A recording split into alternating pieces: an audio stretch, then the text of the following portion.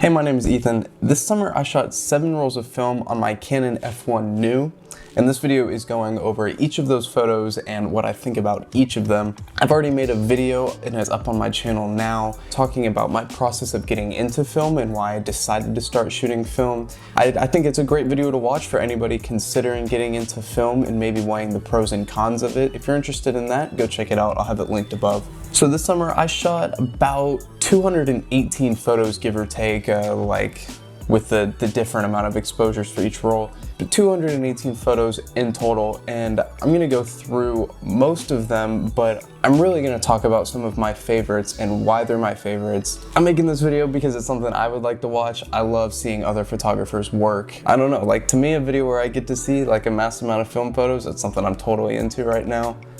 I'd be pretty interested in that. So this video may be a little bit longer, so I'm gonna have the chapters marked in the actual video so you can skip through and start watching wherever you'd like. The rolls of film that I shot this summer were Cinestill 50D.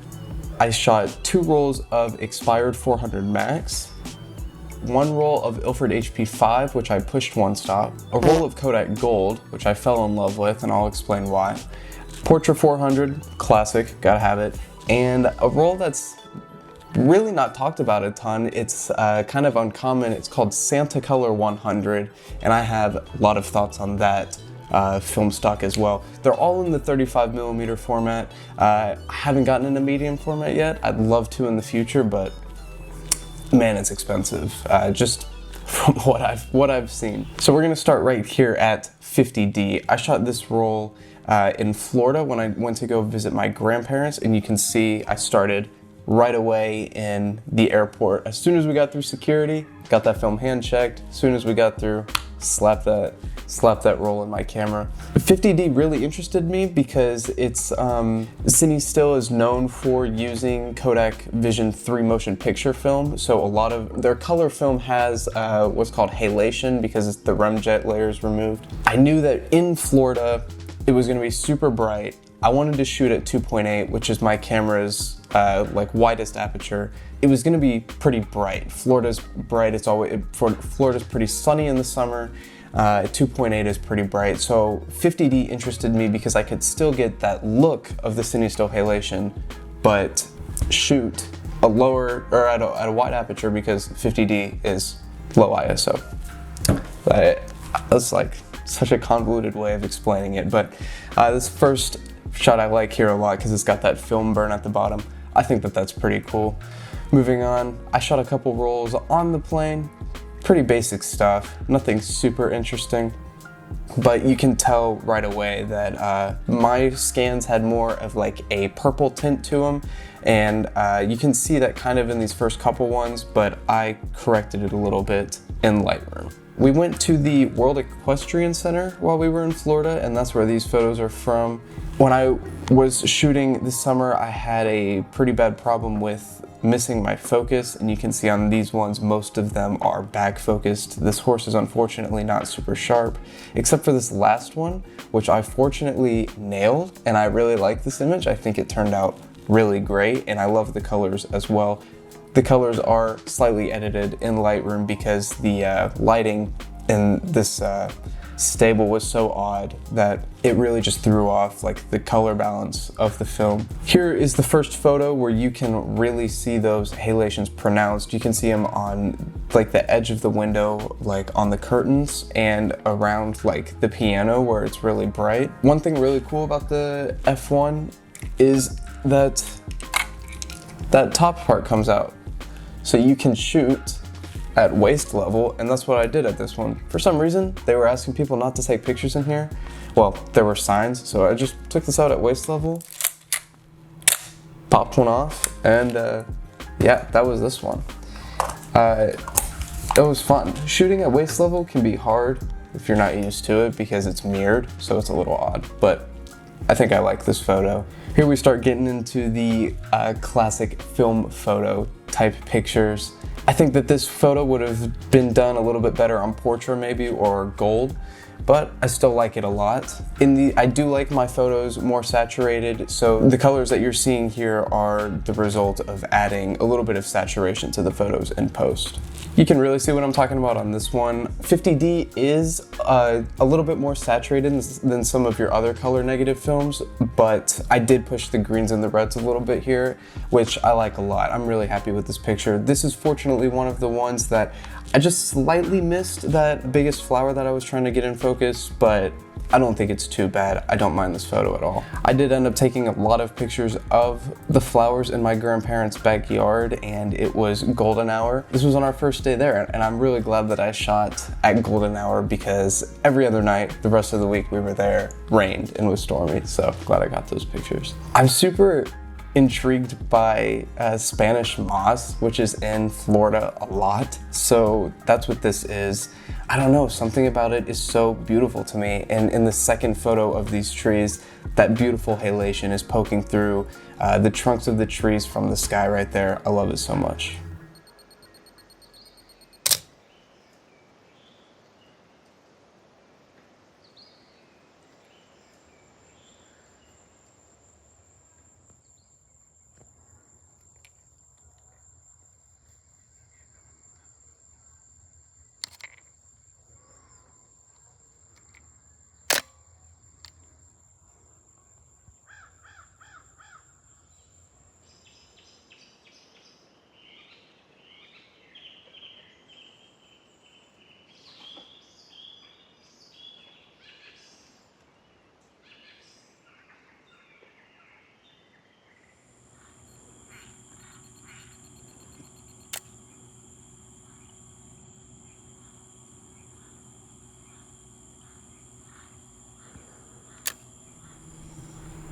So these night photos from the street of the exterior of my grandparents' house is pretty interesting. First off, probably immediately what you're thinking is you shot a 50 ISO film at night.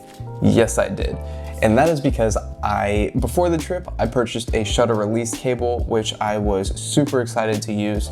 I also wanted to play with reciprocity, which is like the failure of film, the more light it's exposed to, which I kind of didn't think about a ton. I used 1.3, which is a common reciprocity of most films when shooting this film, but since 50D is a motion picture film, it's a lot different because motion picture film obviously doesn't have reciprocity issues, so there's not a ton of data on film in that manner.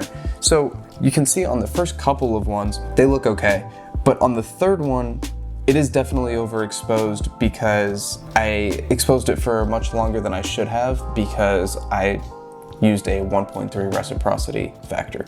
This picture of the palm tree really pronounces that failure. Film is not super great with bringing detail back in the highlights that are blown out, and that happened with this photo. This was about a 2.5 minute exposure, if I'm remembering right, and it was just too long.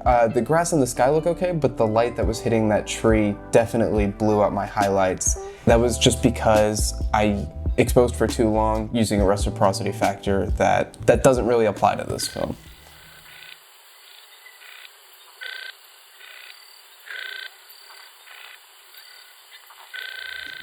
These three photos right here are good examples of what I mean when I say I was missing my focus. These three are back focused. The focus is further than where my subject is. That kind of sucks, but in my other video I did talk about how I was able to learn from that and turn it into a learning experience, and the photos at the end of the summer that I took are perfectly sharp in focus. So lesson learned. Definitely made me a better photographer, I think, having to learn new ways of taking a picture, manually focusing, metering, and whatnot.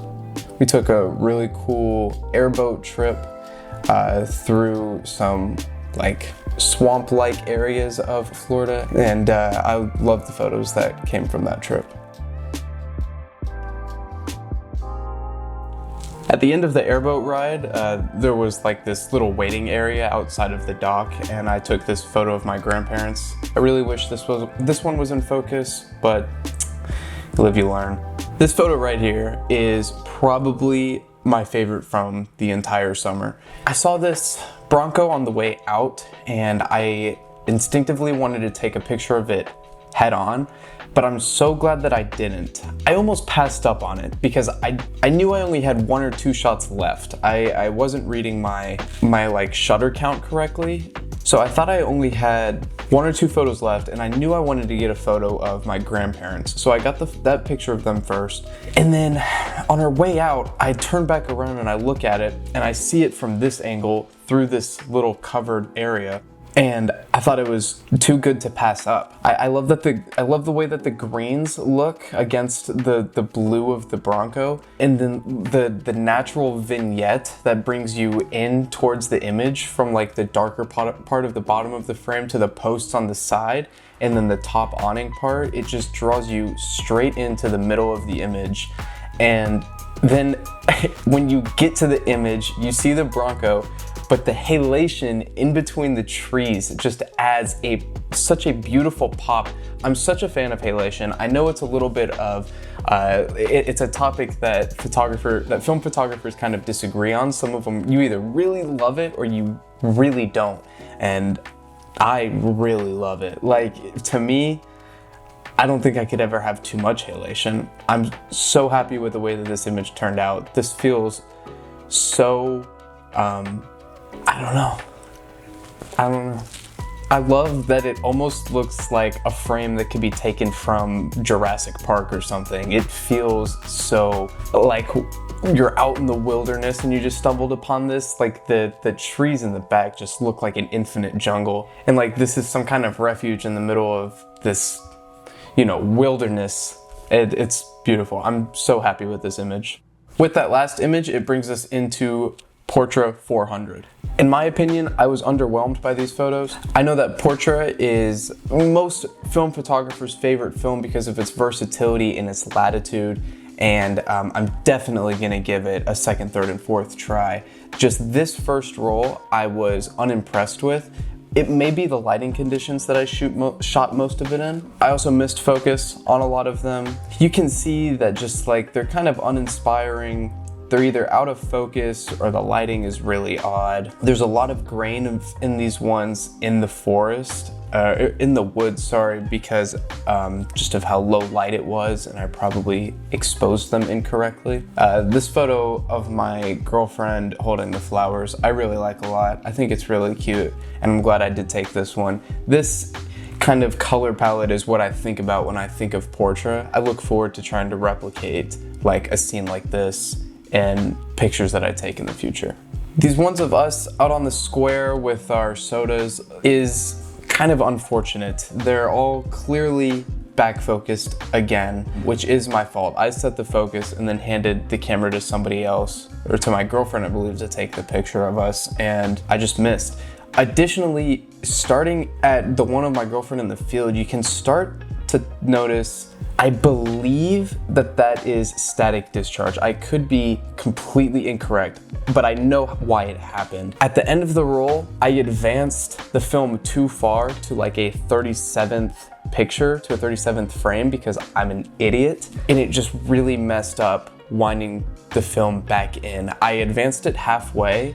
What I should have done, if I was gonna advance it halfway, I should have wound it up a little bit, finished advancing it, because I would have some extra room, fire the shutter with like the shutter, like the lens cap on, and then it would release some tension from the film advance lever pulling on the film. It would relieve the tension there so I could wind the film in correctly. I did the same exact thing because I am a double idiot on the Kodak Gold roll, and when we get to that one, you'll notice that there's none of this like distortion on the top and bottom of the film there, because I did do what I just said. I finished advancing it and then I wound it up to get rid of that tension on the film advance. But I didn't do that on this one, and on this one I would get it like one turn and then it would get stuck, and then I would have to really fight it. And one of the first things when you start like researching film is, if you feel tension at any point when you're advancing the film or winding it back in, if you feel tension, stop. Something's wrong. Like, you shouldn't feel a tension that resistant, but I fought it. And I think that really just stressed the film a lot. It like stretched it. But this was only the This was only the third roll of film I'd ever shot. I actually shot this roll before the Cinestill. So you live, you learn, and I definitely learned a valuable lesson from this because after I saw these photos, I knew how to react when it happened with my Kodak Gold, and I didn't have the same issue there. So a lot of these are just kind of basic, uninspiring, you know, I just wanted to mess around. I just wanted to take photos. It was more about the process for me this summer than it was the result. So I loved getting out there, metering and focusing, and hearing that beautiful sound. Like, how this is so addicting.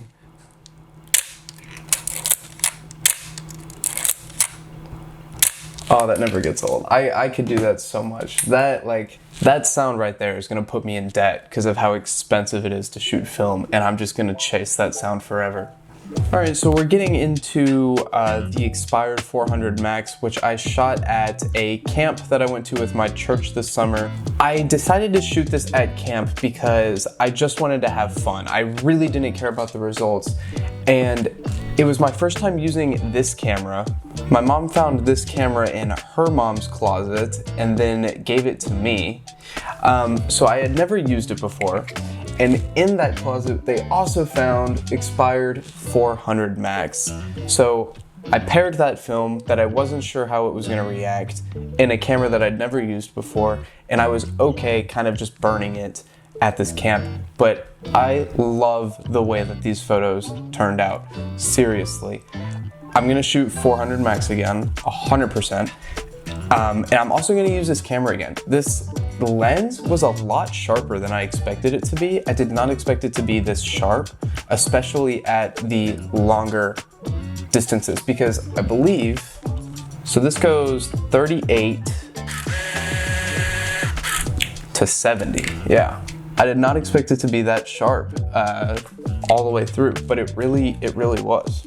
This camera also has a on-camera flash, which was a lot of fun to use. It really gave that like old vintage photo type of look, which in my last video I said wasn't really the reason I was shooting film. I wasn't shooting it really for the look, but for the experience. But that flash is so cool in a lot of these photos. The 400 Max held up a lot better than I thought it was going to. I knew it was just stored like on the floor of my grandma's closet.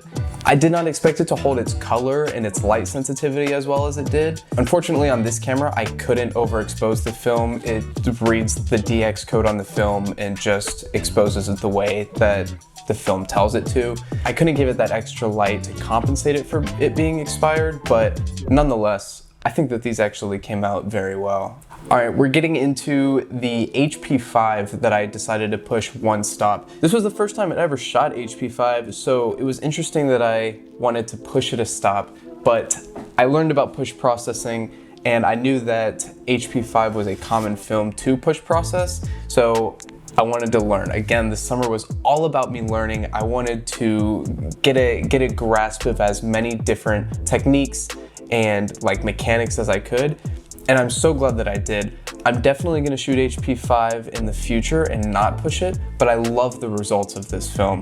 I think it has a really nice punchy contrast, and it was a lot of fun having to go out and look for black and white frames because a lot of these photos that I took don't work super well with black and white, but the ones that do really work. Specifically this one of the caution tape on the board blocking the stairs.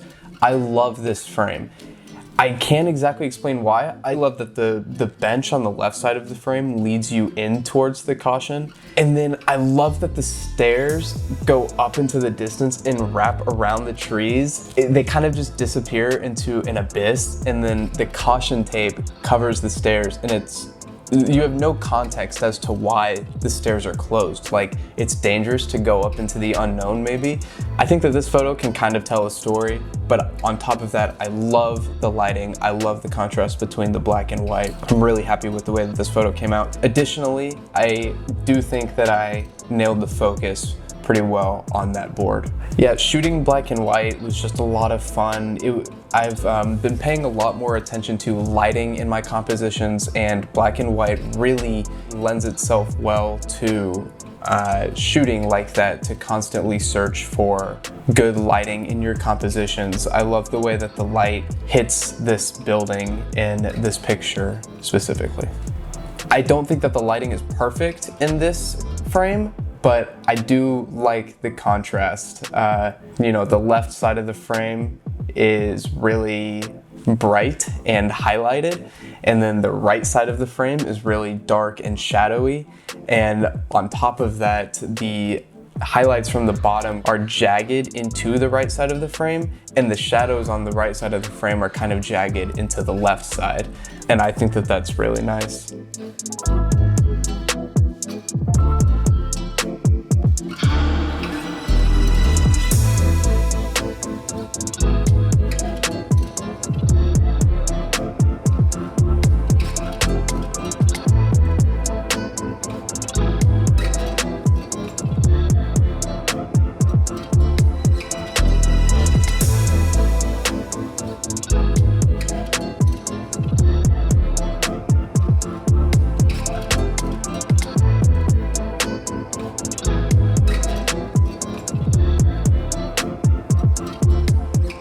All right, with the end of HP5, we get to my favorite roll of film that I shot this summer, which was Kodak Gold. So with Kodak Gold, something that I just wanted to play with a little bit was how it rendered color, because gold, you know, obviously gives a more warm tone to everything. So I wanted to see if I shoot with like white lights, if it would kind of shift them orange or yellow. So when I was working at my neighborhood pool over the summer, I had a lot of free time. It was dead a lot of the times. There weren't people there, so I just took some pictures, and it kind of did. Y'all probably knew that. Me, I'm shooting this for the first time. It really did render a lot of these like wider colors in a warmer tone, and I love it. I'm so thrilled with the way that a couple of these pictures turned out, specifically these ones of the umbrellas next to the emergency telephone. I was at one of my younger brother's travel baseball games over the summer, and the park had like a trail that went off into the woods, so I had to investigate it. I brought my film camera with me everywhere over the summer. I just loved having it with me. It's just a little guy, it's easy to take places, and this trail had some like beautiful green foliage and everything. I'm super interested in scenes where nature kind of takes over these man-made structures, so like this bike route sign right here. I love the way that the leaves kind of like grow around it. The specific one that literally looks like it's wrapping its arms around the sign. It like blocks the sign in a couple different places. I love it. But also the way that greens are rendered with gold are gorgeous. They're beautiful. I love it so much. I'm definitely coming back to this film. Greens are one of my favorite tones in pictures. I love true to life colors, and I think that gold really nails it. Additionally, the shadow fall off in this picture is beautiful. I think that there's actually a lot of dynamic range here. You've got some harsh highlights on the top of the sign here, and then some dark shadows in the depths of the trees, but I think that gold really handled that range really well. After walking a little bit further, these school buses were just past the bike route sign, and I knew I had to take a picture of it. The beautiful clash of the yellow buses with the gold trees is awesome. Also, the way that these trees frame the school bus sign in a lot of these is absolutely beautiful. It's just like a picture was meant to be taken of it. These pictures of my girlfriend and then of me and my girlfriend really show how much I had learned about manually focusing over the summer. These ones are about as sharp as it gets. I'm really happy with the way that these came out. I think that the greens again look awesome. The red and the brick really pops. The green and the red just a great, they really complement each other really well. And then the skin tones as well. Nice, warm, natural skin tones. Super happy with this film. I can see why everybody loves shooting it so much. I had heard before that gold was like a low quality film that like parents would use to take pictures of their kids back in the day, but like looking at these scans, I feel like these are some of the highest quality pictures, like actual detail wise, that I took the whole summer. So I don't know, but then again, like I pretty much know nothing about this stuff, so So my girlfriend and I pulled up to this park, and after I tried to break in and steal this Porsche, obviously, we headed over to the park and took some pictures in this field, and I really wanted to try some slow shutter speed pictures with like her running at me and then me like running backwards, trying not to trip and fall, and get some really cool motion blur in there. And I did not expect these to come out as good as they did. First off, the light I think is great. These were shot like just before the sun went down, maybe like 30-45 minutes before.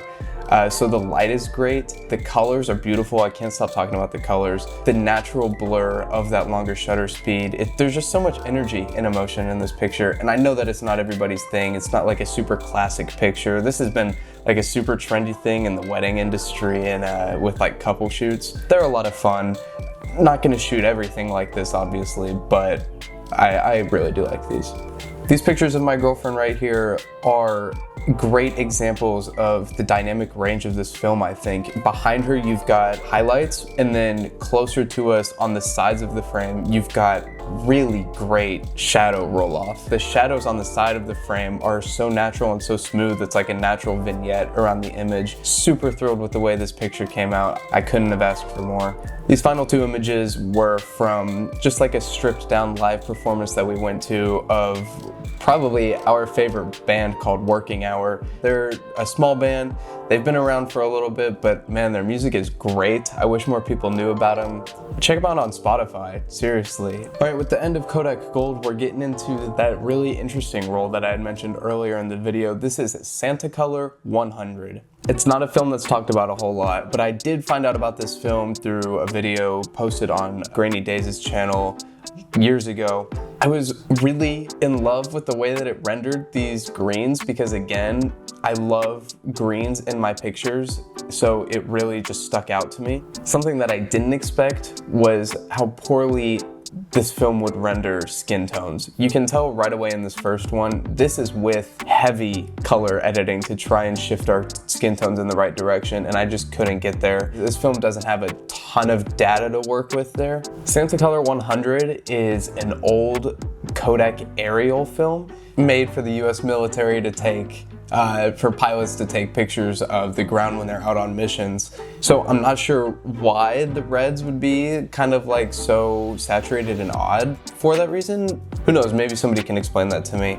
But yeah, those are two qualities of this film that really stand out, is those really saturated greens and reds. And they can complement each other really well, but with skin tones, no bueno. I took this film with me when I went with some friends to Amicalola Falls State Park in Dahlonega, Georgia, and I think that that was an excellent decision. Taking a film that renders greens as lush as Cinestill does to a state park where there's tons of greens is just a perfect combination. This is probably best case scenario for a film like this, is like wooded areas, landscape type stuff. In any pictures where you're not taking a portrait of somebody, the way that this film renders colors is just absolutely beautiful. You do have to be a little bit careful because the film base on this film it's clear with kind of like a reddish kind of tint to it, just a little bit. So when scanners scan it, it throws off the color balance just a little bit, but it's nothing that can't be corrected in Lightroom. The bad skin color reproduction that you get is not a result of a bad scan. That's just the film. Everything else can be corrected really well with just some like temperature and tint controls in Lightroom. Another warning I would give about this film is to definitely not shoot in super contrasty conditions. This one, another one that I took at my neighborhood pool over the summer, just not super happy with it. I think that the trees got really muddy, like just the shadows there, the greens kind of look really ugly because of the way that the light is hitting them directly. This was definitely a bad time of day to take a picture. Keep that in mind when you're out shooting with it. I think that the pictures in the state park turned out much better because of that natural tree cover that you get. Take that as you will. This picture of this train going through downtown is also a good example of shooting in harsh lighting conditions and your results not turning out very well. This picture of this flower right here, while yes, it is very cliche, not super interesting, I'm very happy with for two reasons. One, those beautiful reds and greens of Santacolor. Just look at it, they're gorgeous. And 2, I actually nailed this focus, which is still kind of a big deal for me. I'm really happy with how sharp this one is because of how much I struggled with it at the beginning. I was really upset about it, but I got it in the end, and that's really what matters. So I did take this film with me to Ponce City Market and shot some low light stuff. Someday, I'm going to take 800T over there and I'm gonna shoot some bangers, because now that I've seen these, I gotta shoot it with a higher ISO film. I just have to. And then with that halation, don't get me talking about halation. With what I was working with, I'm actually pretty happy with the way that these images turned out. I think that the reds look great, first of all. This one of the cook in the kitchen kind of has like a green tint to it, which was really hard to balance out. I couldn't figure out a good way to do it. This was after a decent amount of editing, and I just don't want to push these images too far. Really, the point of film is to not have to edit so much. I am happy with the results that I got nonetheless. This one of this Vana place, I do like a lot. I think that the red from the neon sign really just gave itself over to the film, and the film reproduced it in a nice way because of how great Santacolor is with those reds.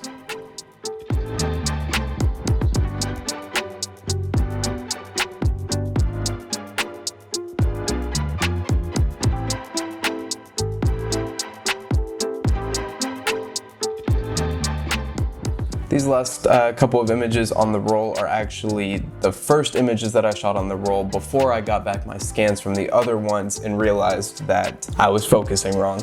So this one of the tennis racket in the bushes would be a really great picture. The way that the light is hitting it, I would love that picture if it was in focus. It would have been a banger, but unfortunately not.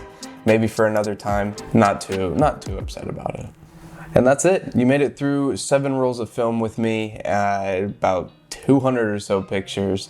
If you have any tips or pointers or like things that I should try in the future to maybe get better results on some of these films, make sure to leave them in the comments. If you have experience with some of these films, let me know what you thought about them. Make sure to go check out that other video on my channel talking about why I even decided to shoot film over the summer. I think a lot of you might enjoy that one if you did enjoy this one. But with that, thank you so much for watching. I really enjoy you stopping by, especially on this longer format video. I hope to make some more in the future on other film stocks, maybe even some digital stuff that I shoot at school. But thank you guys so much. Have a good one. I'll see you later.